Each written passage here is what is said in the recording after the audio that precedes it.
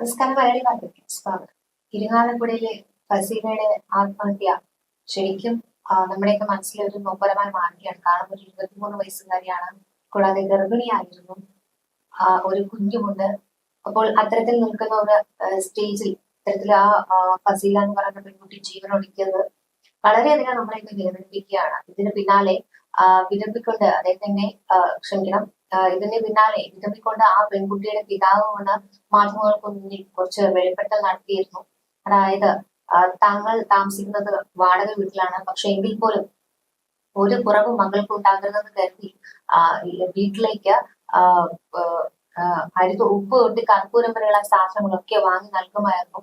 ഇതൊന്നും പൈസ ഉള്ളത് കൊണ്ടല്ല, എന്റെ മകൾക്ക് ഒരിക്കലും ബുദ്ധിമുട്ടുണ്ടാകരുത് എന്നൊക്കെ കരുതിക്കൊണ്ടാണ്. പക്ഷേ ഏറ്റവും ഒടുവിൽ അവളുടെ ജീവനറ്റ ശരീരമാണ് എനിക്ക് കാണേണ്ടി വന്നതെന്നൊക്കെ വിരുമ്പിക്കൊണ്ട് ആ പിതാവ് പറയാണ്. ഇതിന് പിന്നാലെ പല റിപ്പോർട്ടുകളും തുടർന്ന് പുറത്തു വരുന്നുണ്ട്. എന്തൊക്കെയാണ് അതിന്റെ വിശദാംശങ്ങൾ? തീർച്ചയായിട്ടും നമുക്ക് വളരെ വിഷമകരമായ സംഭവം തന്നെയാണ്. പുറത്തുനിന്ന് വളരെ വേദന എന്നതിൽ ഉപരി നടക്കുന്ന വാർത്തകളാണ്. അതായത് ആ ഒരു ഏത് അവസ്ഥയിലൂടെയാണ് കടന്നു പോയിക്കൊണ്ടിരുന്നത്. എന്താ ഈ ഫസീല വീണ്ടും ഗർഭിണിയായതാണ് ഈ ഭർത്തൃ വീട്ടുകാരെ പ്രകോപിപ്പിച്ചതെന്ന് പറയുന്നു. അപ്പൊ ഫസീല ഒരിക്കലും ഒറ്റയ്ക്കല്ലല്ലോ ഗർഭിണിയായത്, അല്ലെ? അപ്പോ എന്തുകൊണ്ട് ഇങ്ങനെ അവർ ചിന്തിച്ചു എന്നത് വലിയൊരു ചോദ്യം തന്നെയാണ്. എന്തുകൊണ്ട് എങ്ങനെ അവർക്കത് ചിന്തിക്കാൻ കഴിഞ്ഞു എന്നത്. ഒരുപാട് മർദ്ദിക്കുന്നു, ആ ഒരു അവസ്ഥയെ പോലെ ആ പെൺകുട്ടിയെ ഉപദ്രവിക്കുന്നു. നമുക്കൊരിക്കലും അത് തക്കതായ ശിക്ഷ തന്നെ കിട്ടട്ടെ എന്ന് തന്നെ പറയാൻ സാധിക്കുകയുള്ളൂ. അത് മാത്രമല്ല, ഈ ഫസീല അവസാന നിമിഷമെങ്കിലും തന്റെ ഉമ്മയോട് പറഞ്ഞ കാര്യങ്ങൾ അതൊക്കെ നമുക്ക് അറിയാവുന്നതാണ്. അത്രയും വേദനയോടെ ഉമ്മയോട് അവസാനമായി, അല്ലെങ്കിൽ ഇവരെന്നെ കൊല്ലുമെന്ന് ഫസീല പറയുന്നുണ്ട്, അല്ലെ? ഞാൻ മരിക്കുകയാണ്, അല്ലെങ്കിൽ അവരെന്നെ കൊല്ലും, അവരെന്നെ കൊലപ്പെടുത്തും എന്ന് ഫസീല പറയുന്നുണ്ട്.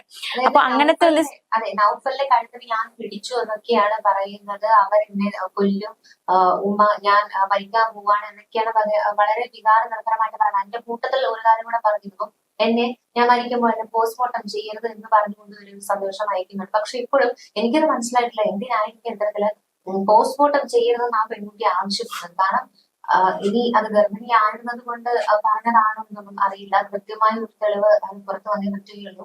അപ്പൊ ഇന്ന് വന്നിട്ടുള്ള ഏറ്റവും പുതിയ വിവരങ്ങൾ എന്തൊക്കെയാണ്? അതായത് ഈ വിവാഹ സമയത്ത് ഫസീലയ്ക്ക് 16 പവന്റെ സ്വർണമാണ് നൽകിയിരുന്നതെന്നാണ് കുടുംബം പറയുന്നത്. പക്ഷെ കൂടുതൽ പണം ചോദിച്ച് ഈ നൗഫലും, അതായത് ഭർത്താവും നൗഫലും കുടുംബവും ഒക്കെ യുവതി വർദ്ധിച്ചു എന്നാണ് പറയുന്നത്. അത് മാത്രമല്ല, ആ പെൺകുട്ടിക്ക് ഒരു ഐറ്റം ഉള്ളത് പോലെയൊക്കെയായിരുന്നു ആ വീടിനുള്ളിൽ. കാരണം ഭർത്താവിന്റെ വീട്ടിലെ ചുവരിൽ തൊടാൻ പാടില്ല, വാഷിംഗ് മെഷീനിൽ തൊട്ട് കഴിഞ്ഞാൽ അടിക്കുമെന്നൊക്കെയാണ് ഈ ബന്ധുക്കൾ മാധ്യമത്തോട് പ്രതികരിച്ചത്. കാരണം ഇനി ആ പെൺകുട്ടി ചുവരെ തൊട്ട് കഴിഞ്ഞാൽ അത് അഴുക്കാവുമോ എന്നൊക്കെ കരുതിയിട്ടാവുമോ എന്തോ അത്തരത്തിൽ ആ കുട്ടിയെ ഉപദ്രവിച്ചിരുന്നത്. അപ്പോ അതായത് കൊടുങ്ങല്ലൂർ കോതമറമ്പിലാണ് വാടകയ്ക്ക് താമസിച്ചിരുന്നത് ഈ പെൺകുട്ടിയുടെ അച്ഛൻ അബ്ദുൾ റഷീദും ഉമ്മ സക്കീനയും ഒക്കെ. ഇവരുടെ ഏക മകളാണ് ഈ ഫസീല. അപ്പൊ 3 മാസം കൂടുമ്പോഴാണ് അരിയും സാധനങ്ങളും ഒക്കെ ഈ ദമ്പതികൾ ഈ നൗഫലിന്റെ വീട്ടിലേക്ക് എത്തിച്ചിരുന്നത്. ഇടയ്ക്ക് ഈ 2000 രൂപ അടക്കം ഈ വാപ്പ കൊടുക്കുമായിരുന്നു. പക്ഷെ ഇതുപോലെ നൗഫൽ കൈക്കലാക്കുമെന്നാണ് ഈ രക്ഷിതാക്കൾ ആരോപിക്കുന്നത്. അപ്പൊ ഇയാളുടെ ഉമ്മയെയും നൗഫലിനെയും നേരത്തെ തന്നെ പോലീസ് അറസ്റ്റ് ചെയ്തിരുന്നു.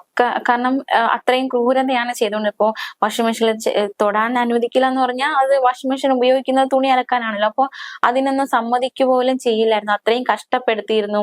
അപ്പൊ അത്ര ഒരു അയിത്തം, അല്ലെ, ഒരു വിലക്ക് കൽപ്പിച്ചിരുന്നു ഈ പെൺകുട്ടിക്ക്. സ്വന്തം ഭർത്തൃ വീട്ടിലാണ് ഇത്തരത്തിലുള്ള വിലക്ക് ആ പെൺകുട്ടി നേരിട്ടിട്ടുണ്ട്. ഇത്തരത്തിലുള്ള കാര്യം വരുമ്പോൾ നമുക്ക് സ്വാഭാവികമായിട്ട് ഇങ്ങനെയുള്ളവരെ എന്തിനാണ് കല്യാണം കഴിക്കുന്നത് ചോദിക്കുക. സ്വന്തം ഭാര്യയ്ക്ക് കെട്ടിക്കൊണ്ട് വന്ന് കയറി വീട്ടിനകത്ത് ഇത്തരത്തിൽ ഐറ്റം കൽപ്പിക്കുക എന്ന് പറഞ്ഞു കഴിഞ്ഞാൽ അത് ചുവരിൽ തൊട്ട് കഴിഞ്ഞാൽ ചുവര് തകർന്നുണ്ടായിരുന്നാലും വീഴില്ല. പക്ഷെ അത്തരത്തിൽ ചുവര് തൊടുന്നത് പോലും വിലക്ക്, വാഷിംഗ് മെഷീൻ തൊടാൻ വിലക്ക്. പക്ഷെ ആ പെൺകുട്ടിയുടെ വീട്ടിൽ നിന്ന് കൊണ്ടുവരുന്ന സാധനങ്ങൾക്കൊന്നും വിലക്കില്ല, ആ കൊണ്ടുവരുന്ന പൈസയ്ക്കൊന്നും വിലക്കില്ല.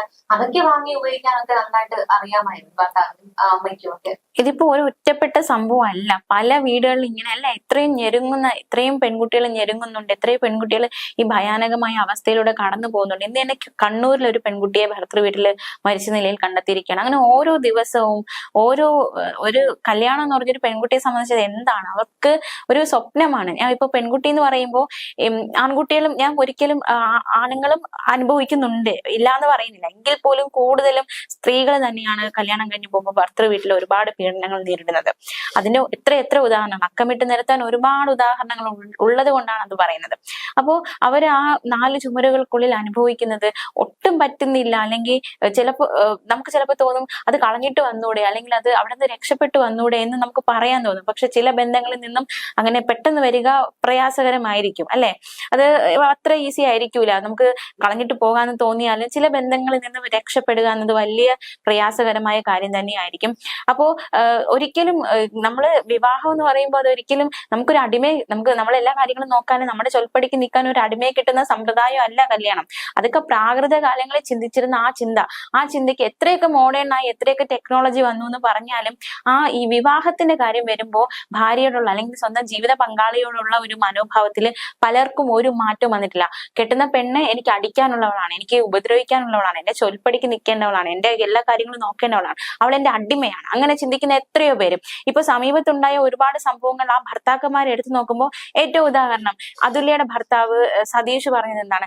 ഞാൻ അവളെ അടിക്കുമായിരുന്നു, ഞാൻ 2 മദ്യപിച്ച് അവളെ അടിക്കുമായിരുന്നു, എന്തോ വീരത്വം പോലെ പറയാണ്. അതുപോലെ തന്നെ ഇപ്പോ കേസിൽ പ്രതിയല്ലെങ്കിലും സമൂഹത്തിൽ ഉന്നത പദവി അലങ്കരിക്കുന്ന പലരും ഒരു ഉളുപ്പും ഇല്ലാതെ പറഞ്ഞിട്ടുണ്ട്, എന്റെ ഭാര്യയെ ഞാൻ അടിക്കാറുണ്ട്, എന്റെ ഭാര്യയ്ക്ക് ഞാൻ 2 വീക്ക് കൊടുക്കാറുണ്ട് എന്ന് വലിയ നെഞ്ചു വിരിച്ച് പറഞ്ഞ എത്രയോ ആൾക്കാർ നമ്മുടെ ഈ സമൂഹത്തിൽ തന്നെ ഉണ്ട്. അപ്പോ ഒരിക്കലും അടിക്കാന്ന് പറഞ്ഞാൽ എന്താണ്? ഞാൻ എന്റെ ഭാര്യയെ അല്ലെങ്കിൽ ഞാൻ ഒരു പെണ്ണിനെ കല്യാണം കഴിക്കുന്നത് എനിക്ക് അടിക്കാൻ വേണ്ടിയിട്ടാണ്, അതിനുള്ള സ്വാതന്ത്ര്യം കൂടി എനിക്കുണ്ട് എന്ന് ഒരിക്കലും ചിന്തിക്കരുത്. നിങ്ങൾക്ക് അതിനുള്ള സ്വാതന്ത്ര്യം ആരാണ് തരുന്നത്? നിങ്ങളെ ദേഹം പോലെ തന്നെയാണ് അവരുടെയും ദേഹം, അല്ലെ?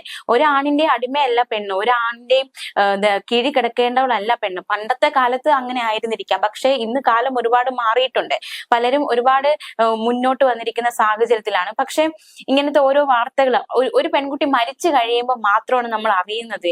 പോട്ടെ, നമ്മളെന്ന് വെച്ചാൽ നമ്മൾ അത് ഒരു വിവരം എന്ന രീതിയിൽ അറിയുന്നു. പക്ഷെ പലപ്പോഴും വീട്ടുകാർ പോലും, അതായത് പെൺകുട്ടിയുടെ വീട്ടുകാർ പോലും ഈ ഒരു കാര്യം ഇങ്ങനെ എന്റെ മകൾ ഇത്രയും അനുഭവിച്ചിരുന്നു, അല്ലെങ്കിൽ എന്റെ മകൾ ഇത്രയും കഷ്ടതകളിൽ കൂടി കടന്നു പോവുകയായിരുന്നു അവളുടെ ഭർത്താവിന്റെ വീട്ടിൽ നിന്ന് ആ കുട്ടി മരിച്ചു കഴിയുമ്പോഴായിരിക്കും പല വീട്ടുകാരും അറിയുന്നത്. കാരണം എന്താ? പെൺകുട്ടികൾ ഒന്നും വീട്ടുകാരെ അറിയിക്കണ്ട, അവരറിഞ്ഞ വിഷമിക്കും, അവരെന്ത് വിചാരിക്കും എന്നൊക്കെ കരുതി പലരും ഉള്ളിൽ ഒതുക്കി സഹിച്ച് കടിച്ച് പിടിച്ച് നിൽക്കുന്ന എത്രയോ പെൺകുട്ടികൾ, ഇപ്പോഴും നരകിക്കുന്ന എത്രയോ പെൺകുട്ടികളുണ്ട്. പക്ഷെ ഇതൊക്കെ പുറത്തു വരണമെങ്കിൽ അത് അവർ മരിച്ചാൽ മാത്രമേ ഈ കാര്യങ്ങൾ പുറം ലോകം അറിയൂ എന്നൊരു വ്യവസ്ഥയാണ്, അല്ലെങ്കിൽ അങ്ങനെ ഒരു സമ്പ്രദായമാണ് വരുന്നതെങ്കിൽ ഇനിയും ഒരുപാട് പെൺകുട്ടികൾ മരിക്കും, അല്ലെ? അപ്പൊ അതിനൊരു തടയിടേണ്ട ആവശ്യം.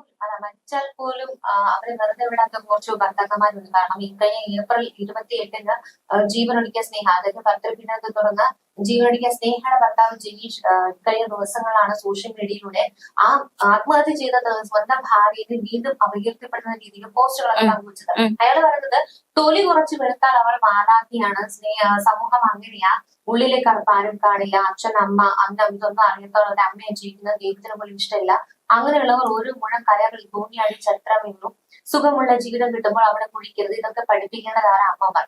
അതെങ്ങനെ അവർ കൂടി ഫ്രോഡ് ആകുമ്പോൾ ആർക്ക് നേരം? എല്ലാം മറ്റുള്ളവരുടെ തലയിൽ വെച്ച് അഹങ്കരിക്കുമ്പോൾ നീ ഓർത്തോ, കാലം കരുതി സമ്മാനം ഏറ്റുവാങ്ങുമ്പോൾ ജ്ഞാനം ഉണ്ടാകും. ഉള്ളിൽ ചിരിച്ചുകൊണ്ടെന്ന കൊലയാളി എന്നായിരുന്നു അയാൾ ആ കുറിപ്പിൽ പങ്കുവച്ചിരുന്നത്. അപ്പോൾ അത്തരത്തിൽ സ്വന്തം ഭാര്യ ഇയാളുടെ മർദ്ദനമേറ്റും കൊടിയ പീഡനം താങ്ങാനാകാതെയുമാണ് ജീവൻ ഒടുക്കിയത് ഭർത്തൃവീട്ടില്. ക്ഷമിക്കണം, സ്വന്തം വീട്ടിലാണ് ആ പെൺകുട്ടി ജീവൻ ഒടുക്കിയത്. പക്ഷെ എന്നിട്ട് പോലും ആ പെൺകുട്ടി മരിച്ച് മാസങ്ങൾ പിന്നിട്ടിട്ട് പോലും ആ പെൺകുട്ടിയെ വെറുതെ വിടുന്നില്ല എന്നുള്ളതാണ്. അപ്പോഴും പറയാണ് ആ പെൺകുട്ടി ജീവൻ ഒടുക്കിയത് അവളുടെ കയ്യിലിരിപ്പ് കൊണ്ടാണ്, തൊലി വെളുത്തത് കൊണ്ട് അവൾ നന്നാകണമെന്നില്ല എന്നൊക്കെ പറഞ്ഞുകൊണ്ട് അയാൾ അതിനെ ന്യായീകരിക്കാൻ ശ്രമിക്കുകയാണ്. എത്ര അധപതിച്ച മനസ്സാണെന്നുള്ളതാണ്. ആ പെൺകുട്ടി എങ്ങനെയാണ് അയാൾക്കൊപ്പം ജീവിച്ചതെന്ന് പോലും നമുക്ക് സംശയമുണ്ട്. അതായത് ജനിച്ച സ്വന്തം കുഞ്ഞിന് അയാളുടെ നിറമല്ല വെളുത്ത നിറമാണെന്ന് പറഞ്ഞുകൊണ്ട് ആ പെൺകുട്ടിയെ തേജോവധം ചെയ്യുകയാണ്. കാരണം അത്രത്തോളം ക്രൂരമായിട്ടാണ് ആ പെൺകുട്ടിയെ അപമാനിക്കുന്നതും ആ പെൺകുട്ടിയുടെ അയാൾ പെരുമാറിയുന്നതും. ഇതുപോലുള്ള കുറെ ഭർത്താക്കന്മാർ നമ്മുടെ സമൂഹത്തിൽ ഇപ്പോഴും ഉണ്ട്. കാരണം പുറമേ കാണുമ്പോൾ അവൻ നല്ലവനും ഉള്ളിൽ അവൻ കൊണ്ടു നടക്കുന്നത് മറ്റൊരു ഭീകരമായ സ്വത്വമാണ് എന്നുള്ളതാണ് യഥാർത്ഥ സത്യം.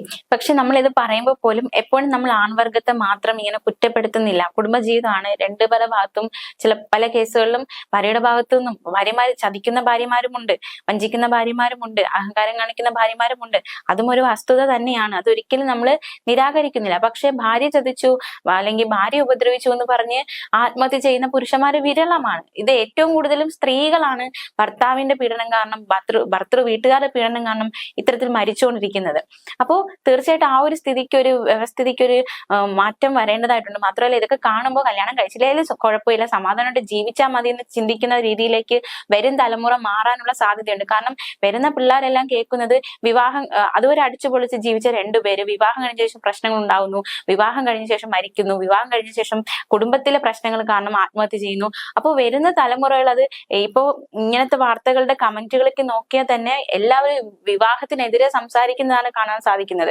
അപ്പോൾ വിവാഹം എന്ന സമ്പ്രദായം അതിന്റെ ഒരു മൂല്യച്യുതി അല്ലെങ്കിൽ അതിന്റെ ഒരു വിശ്വാസ്യത, അത് ആ ഒരു സമ്പ്രദായത്തിന്റെ ഒരു വിശ്വാസ്യതയും ഒരു അതിനുള്ള ഒരു എന്താ പറയാ, അത് ആ ഒരു സമ്പ്രദായം പിന്തുടരണം എന്ന ഒരു ചിന്തയിലൊക്കെ ഒരുപാട് മാറ്റം വന്നിരിക്കുകയാണ്. ഇങ്ങനത്തെ എന്തിനാണ് ചുമ മരിക്കാൻ വേണ്ടിയിട്ട് വിവാഹം കഴിക്കുന്നത് എന്ന ചിന്തയിൽ വരെ പലരും എത്തി നിൽക്കുന്ന സാഹചര്യമാണ് ഉള്ളത്.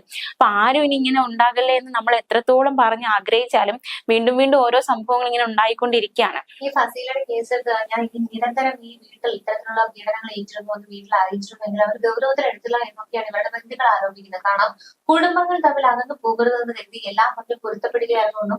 ഒടുവിൽ പ്രശ്നമുണ്ടായപ്പോൾ സംസാരിക്കാൻ എത്തിയിരുന്നു. പക്ഷെ എന്നാൽ സ്വന്തം മകളെ പോലെ കരുതുമെന്ന് ഈ നൗഫലിന്റെ മാതാവ് പറഞ്ഞ് വിശ്വസിപ്പിച്ച് ഇവരെ മടക്കിയിരിക്കുകയായിരുന്നു. ഇതാണ് ഈ ബന്ധുക്കളൊക്കെ പറഞ്ഞു വെക്കുന്നത്. അപ്പോ ഇത്തരത്തിലൊരു പ്രശ്നം മക്കൾ നേരിടുമ്പോൾ അവർ പറയുമ്പോൾ വീട്ടിലേക്ക് വരുന്നു, സംസാരിക്കുന്നു, അയ്യോ അവൾ എന്റെ മകളാണ്, അവൾ എന്തെങ്കിലും ചിലപ്പോൾ തെറ്റിദ്ധരിച്ചതാകാം, അവൾ എന്റെ മകളെ പോലെ തന്നെയാണ്, ഇനി ഉണ്ടാവില്ല എന്ന് പറഞ്ഞുകൊണ്ട് മാതാപിതാക്കളെ തിരികെ അയക്കുകയാണ്. കാരണം അവരെ നോക്കുമ്പോൾ അവർ കടന്നു വന്ന ജീവിതം മകൾക്കുണ്ടാകണമെന്ന് കരുതുന്നു. ആ കെട്ടുറപ്പോടെ ആ ബന്ധം തുടർന്ന് പോകണമെന്ന് കരുതുന്നു. അതായത് കെട്ടിച്ചുവിട്ട വീട് അവർക്കൊരു സ്വന്തമായിട്ടൊരു വീട് കിട്ടുന്നു. അവർ തമ്മിൽ അവരുടെ ബന്ധം ചിന്ന ഭിന്നമായി പോകരുതെന്ന് കരുതിക്കൊണ്ട് അവരവിടെ തുടരാൻ നിർബന്ധിക്കുന്നു. അത്തരത്തിലാണ് മുന്നോട്ട് പോയിക്കൊണ്ടിരുന്നത്. പക്ഷെ വാടക വീട്ടിലാണെങ്കിൽ പോലും ഇന്ന് ഈ പറയുന്ന ഫസീല ഉണ്ടായിരുന്നെങ്കിൽ ആ വീട്ടിൽ അവർ താമസിച്ചിരുന്നെങ്കിൽ തീർച്ചയായിട്ടും ആ ജീവനോടെ ഉണ്ടാകുമായിരുന്നു. സ്വന്തമായിട്ട് ഒരു വീട്ടില്ല എന്ന് കരുതിക്കൊണ്ട് മകളെ ഭർത്തൃ വീട്ടിൽ തന്നെ വിട്ടു പോവുക എന്നുള്ളത് നമുക്ക് കുറച്ചുകൂടി മാതാപിതാക്കൾ കുറച്ചുകൂടി പ്രാക്ടിക്കലായിട്ട് ഇത്തരം കാര്യങ്ങളൊക്കെ ചിന്തിക്കണം. കാരണം ഈ 2000 രൂപ മാസം കൊടുക്കുന്നതും ആവശ്യത്തിന് സാധനങ്ങൾ വീട്ടിൽ എത്തിച്ചു കൊടുക്കുന്നത് മാത്രമല്ല, മക്കൾക്ക് അവിടെ ജീവിക്കാൻ കഴിയില്ലെങ്കിൽ അവരെ തിരിച്ച് ആ വാടക വീട്ടിലാണെങ്കിൽ പോലും അവരുടെ കൈപിടിച്ച് ഇറക്കിക്കൊണ്ടുവരേണ്ട മാതാപിതാക്കൾ കൂടി കരുത്താർജിച്ച് വരണം എന്നുള്ളതാണ് മറ്റൊരു കാര്യം. അല്ലാതെ അടുക്കളയിൽ ആഹാരം ഉണ്ടാക്കി കൊടുക്കുവാനും മക്കളുടെ വസ്ത്രം കഴുകി കൊടുക്കാനും ഭർത്താവിന്റെ കാലിലെ ചെരുപ്പ് തുടച്ചു കൊടുക്കുവാനും മാത്രമുള്ളതല്ല മകളുടെ ജീവിതം എന്ന് പറയുന്നത്. അവൾക്കും ഒരു ജീവിതമുണ്ട്. ആ ജീവിതം ജീവിക്കണമെങ്കിൽ മാതാപിതാക്കളുടെ കൈ വീണ്ടും അവളിലേക്ക് എത്തണമെന്നുണ്ടെങ്കിൽ തീർച്ചയായിട്ടും ആ കരം പിടിക്കേണ്ടത് മാതാപിതാക്കളുടെ ഉത്തരവാദിത്വം തന്നെയാണ്. കല്യാണം കഴിഞ്ഞതുകൊണ്ട് മാതാപിതാക്കളുടെ ഉത്തരവാദിത്വം കഴിയില്ല. കാരണം ഒരു കുഞ്ഞ് ജനിച്ച് ആ കുഞ്ഞ് മരിക്കുന്നു, അതായത് ആ മകൾ മരിക്കുന്നത് വരെ ആ മാതാപിതാക്കളുടെ മകളെ നോക്കേണ്ട ഉത്തരവാദിത്വം അവർക്ക് കൂടി ഉണ്ട് എന്നുള്ളതാണ്.